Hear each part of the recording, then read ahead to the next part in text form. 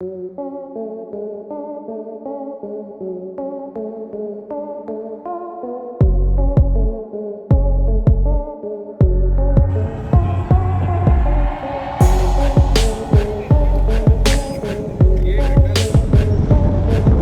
View आहे सुंदर.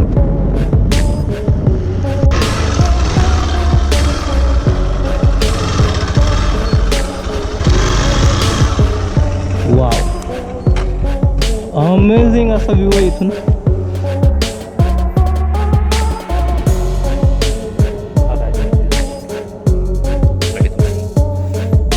तर इथं हा जो तलाव आहे छोटासा, खूप भारी दिसतोय, अप्रतिम.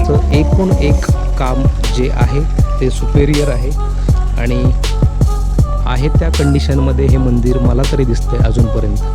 कारण एवढं भारी स्ट्रक्चर जसं आहे तसं दिसतंय मला अजूनपर्यंत. इकडून उतरण्यासाठी पायऱ्या आहेत आपल्याला.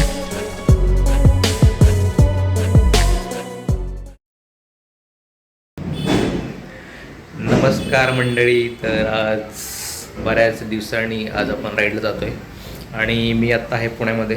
आपल्या पुण्यातल्या घरी आहे मी आत्ता. तर इथून जवळपास एक 70 ते 80 किलोमीटरच्या अंतरावरती लोणावळ्याच्या पुढे एक प्लेस आहे ज्याचं नाव आहे गोंधेश्वर टेम्पल आणि त्या ठिकाणी जातो आहे मी आत्ता. तर प्लॅन आहे की कोणाला तरी बरोबर घेऊन जायचा, पण ॲक्च्युली फ्रेंड्स जे आहेत ते थोडे बिझी आहेत. तो मला नाही वाटत की कोणी येईल. जर कदाचित आलं तर आपल्याला जॉईन करतील, अदरवाईज आपण सोलो राईड करेल.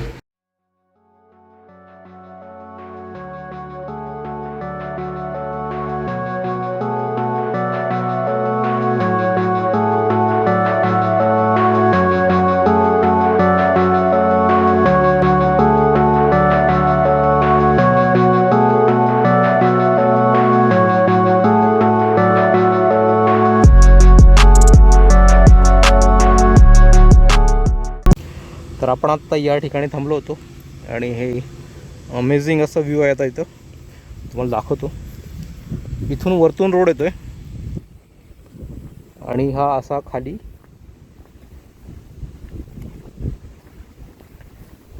वाला टर्न आहे खाली. हा कंप्लीट असा वरून खालपर्यंत एस बनतोय आणि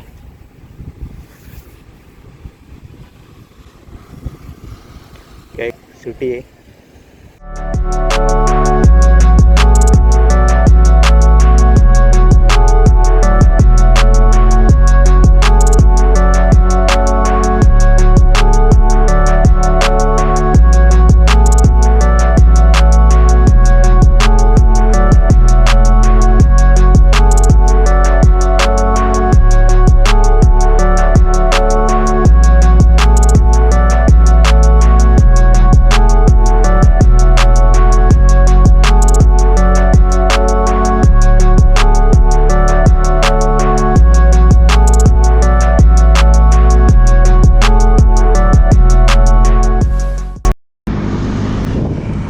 इथून खाली गेल्यानंतर खंडाळ्याच्या घाटात दोनदा चुकलो मी आणि परत याच ठिकाणी आलो. कारण पुणे गावचा रस्ता कुठून दाखवतोय मलाच कळत नाही. 6.5 किलोमीटर दाखवतोय.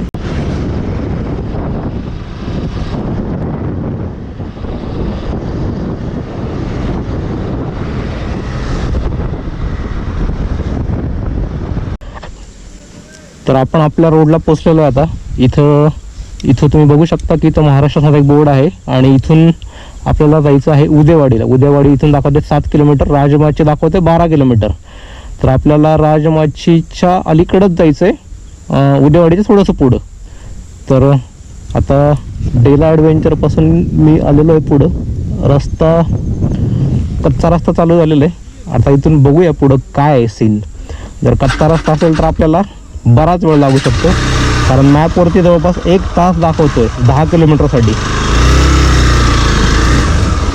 1 तास दाखवतोय म्हणजे कच्चा रस्ता असल्यामुळे 1 तास दाखवत असेल कदाचित, असं मला वाटतंय.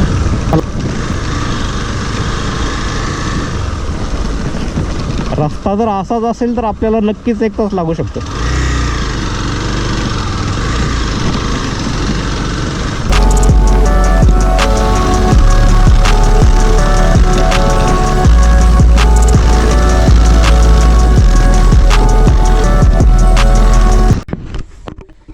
इथून पुढं कंप्लीट जंगल आहे, जंगलाचा रोड आहे असं वाटतं मला वाटतं.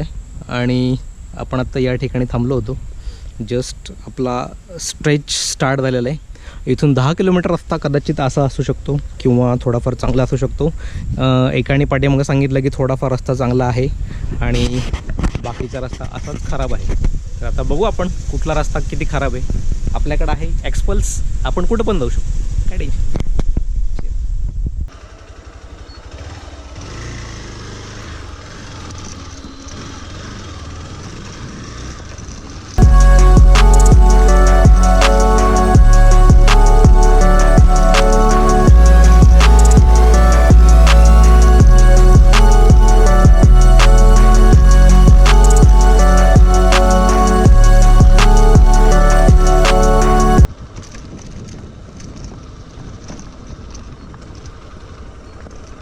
आपला हा रोड आहे, सहज इकडे गाडी घातली आता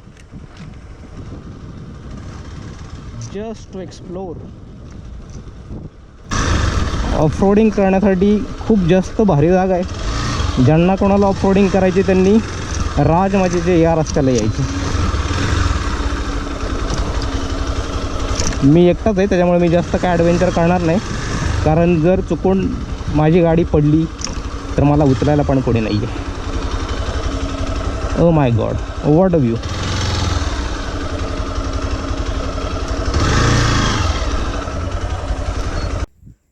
तर आपण आत्ता एका व्ह्यू पॉईंटला पोहोचलेलो आहे आणि जसं तुम्ही बघताय पाठीमागं की असा अमेझिंग असं व्ह्यू आहे पाठीमागं आणि खूप भारी माहोल आहे इथं.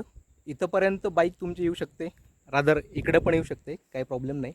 इकडे येऊन कार पण जाऊ शकतात, काही पण जाऊ शकतं, फक्त तुमच्याकडे सोयी पाहिजे, बाकी काय अडचण नाही. तर इकडचा एरिया जो तुम्हाला दाखवतो एरिया कम्प्लिटली असा आहे. इकडं खाली दगडं आणि हा लँडस्केप आहे, पाठीमागं डोंगर आहे आणि या साईडला इकडं ही व्हॅली आहे. तर इकडं आत्ता थोडेसे ढग आलेत, झाकळून आलेलं आहे. तर असा व्ह्यू दिसेल तुम्हाला इकडं, खूप भारी व्ह्यू दिसतो इथून. तर तुम्हाला यायचं असेल तर एकदम अगदीच जवळ आहे. हे बघा काय भारी ढग उतरलेत ना खाली आणि कम्प्लिटली तुम्हाला इकडं अशी ही व्हॅली दिसेल.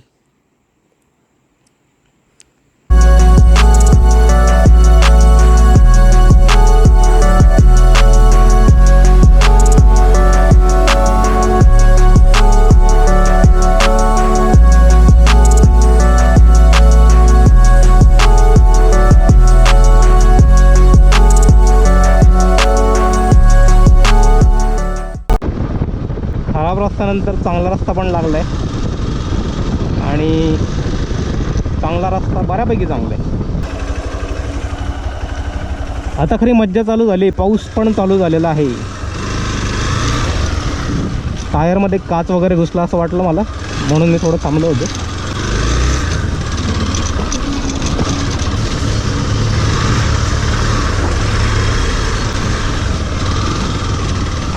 थ्रिलिंग असा रोड आहे आणि इकडं फक्त 4x4 वगैरे जाऊ शकतात, बाकी कुठलीही गाडी इकडे जाणार नाही. पाऊस नाही आहे, सगळं कोरडं आहे म्हणून ठीक आहे. अदरवाईज तुम्ही इकडे येण्यासाठी फार स्ट्रगल करावं लागेल तुम्हाला.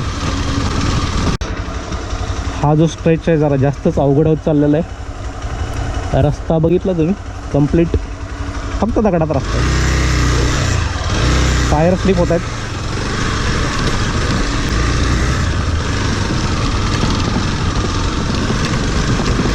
तरी पण इथंपर्यंत कोणीतरी स्विफ्ट डिझायर आणली, हॅट्स ऑफ टू ड्रायव्हर.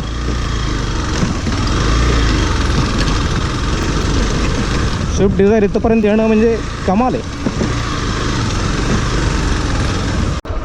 तर या ठिकाणून परत 2 रस्ते फुटतात. हा जातो उदेवाडीकडे आणि हा जातो राजमाचीकडं. तर आपल्याला इकडं जायचं आहे राजमाचीच्या पायथ्याला. तर आपण इकडं निघालो आता.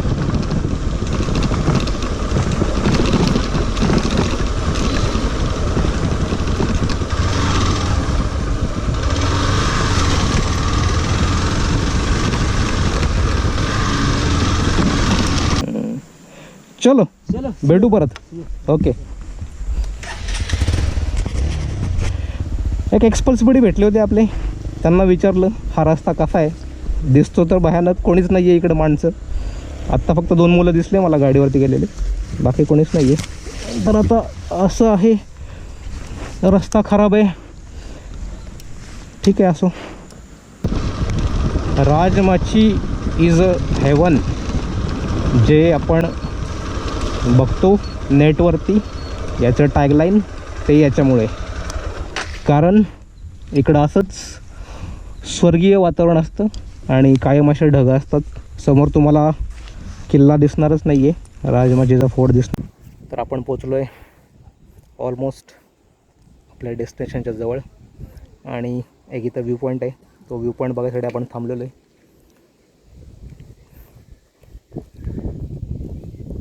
हा राजमाची दिसतोय बरं. इथं स्नॅक्स वगैरे भेटेल खायला आपल्याला.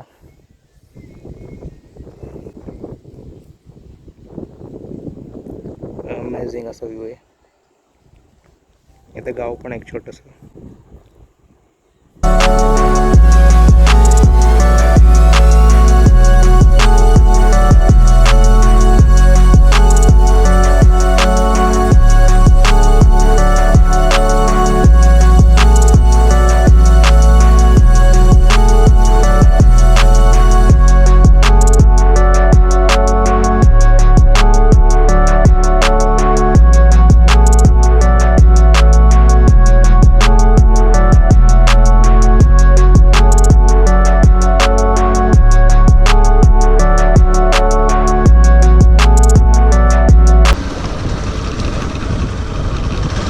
हे आहे उधवाडी गाव आणि इथूनच रस्ता जातो गोधनेश्वराच्या मंदिराकडं.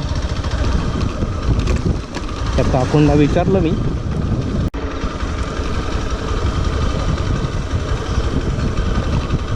मंदिरापर्यंत आपली गाडी नेण्याचा आपण प्रयत्न करतोय. कुठंपर्यंत जाते माहीत नाही.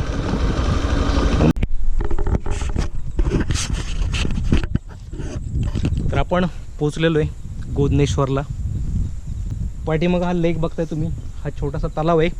सह्याद्रीमध्ये वसलेला हा एक सुंदर तलाव आहे. इथं राजमाची वरतून तर हा तलाव खूप सुंदर दिसत असेल, आय होप सो. आणि या ठिकाणून तुम्ही आलात तर इथून पण तुम्हाला खूप अमेझिंग असा व्ह्यू बघायला भेटेल. आबा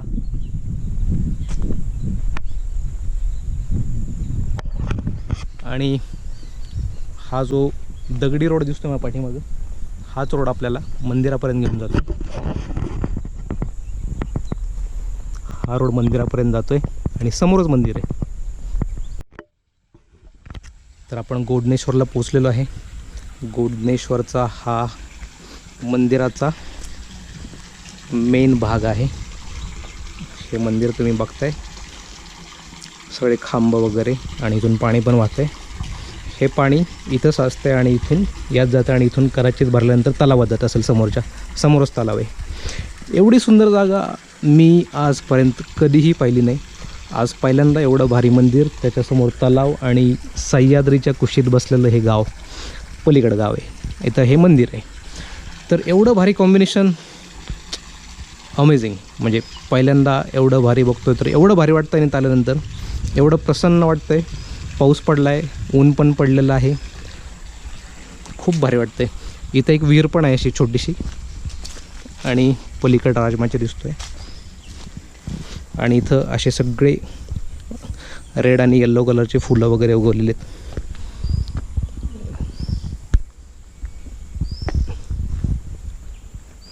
वाव. तर या विहिरीमध्ये पाणी पण आहे आणि ते पाणी निळं दिसतंय. किती भारी पाणी आहे.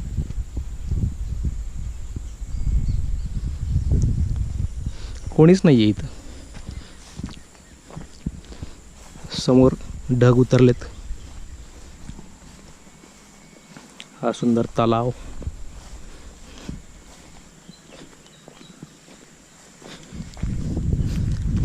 आणि हे ते सुंदर मंदिर. पाठीमागून बॅकलाईट येतोय, दिसणार नाही आहे, दुसऱ्या अँगलने दाखवतो. मध्ये स्तंभ पण आहे इथं, खूप भारी पण आहे.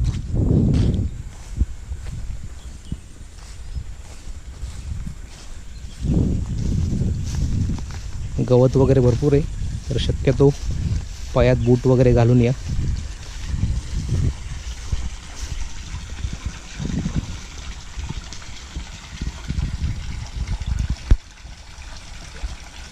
तर असं हे सुंदर असं मंदिर. अजूनही याचं एकूण एक काम जे आहे ते सुपेरियर आहे आणि आहे त्या कंडिशनमध्ये हे मंदिर मला तरी दिसतं आहे अजूनपर्यंत. कारण एवढं भारी स्ट्रक्चर जसं आहे तसं दिसतं आहे मला अजून पण. इकडून उतरण्यासाठी पायऱ्या आहेत आपल्याला. मंदिरात जाऊया आपण लवकरच. एक ओव्हरऑल सगळा लुक तुम्हाला मंदिराचा दाखवला.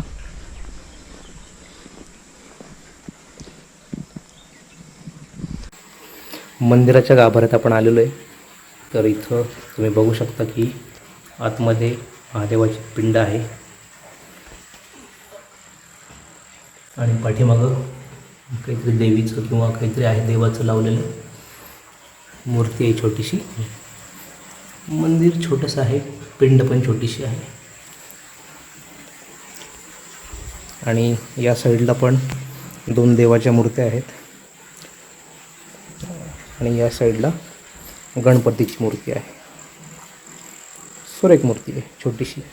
इथं पण एक गणपतीची मूर्ती आहे, पण याच्यावरती शेवाळ वगैरे चढलेलं आहे. मंदिराचा सगळा भाग तुम्हाला असा दिसेल. अजूनही खूप चांगल्या सुस्थितीत आहे. नंदीला कोणीतरी हार घातलेला आहे, म्हणजे इथं कोणीतरी रोज येतं आहे.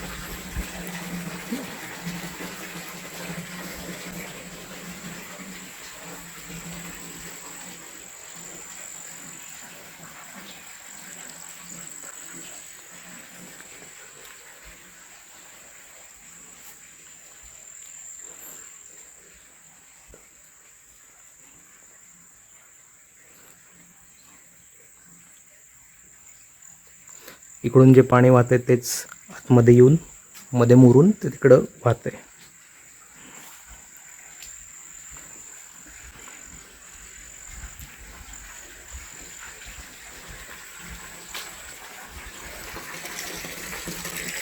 पाठीमागं डोंगर आहे सगळा. तर त्या डोंगरातूनच पाणी सगळं मुरून मुरून आतमध्ये येते आणि इथून वाहते सगळं पाणी.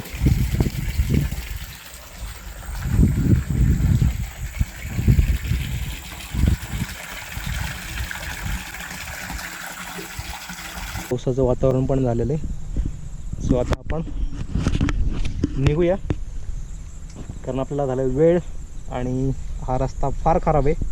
तर इकडे येताना नक्की थोडा स्पेअरमध्ये वेळ काढा आणि मगच या, कारण इथून तुम्हाला जायसाठी खूप वेळ लागतो, बराच वेळ लागतो. जवळपास 1 ते 1.5 तास तुम्हाला या पॅचमध्ये जाईल फक्त. तर वेळ काढून नक्की या आणि बॅकअप पण ठेवा बरोबर सगळ्या गोष्टींचा.